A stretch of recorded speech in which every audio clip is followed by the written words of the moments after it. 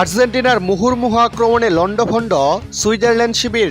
মেসির অবিশ্বাস্য এক কর্নার কিক থেকে ম্যাক অ্যালিস্টারের দুর্দান্ত গোল। কোয়ার্টার ফাইনালের মতো রুদ্ধশ্বাস ম্যাচে এদিন শুরু থেকেই আক্রমণাত্মক ফুটবল উপহার দেয় মেসির দল। ফলস্বরূপ ম্যাচের 10ম মিনিটেই গোলের দেখা পেয়ে যায় আলবিসেলেস্তেরা। ম্যাচের 9ম মিনিটে প্রথম কর্নারটি এলভেদি হেড করে বাহিরে পাঠানোর পর পরের কর্নার নিতে মাঠের অন্য প্রান্তে চলে যান লিওনেল মেসি।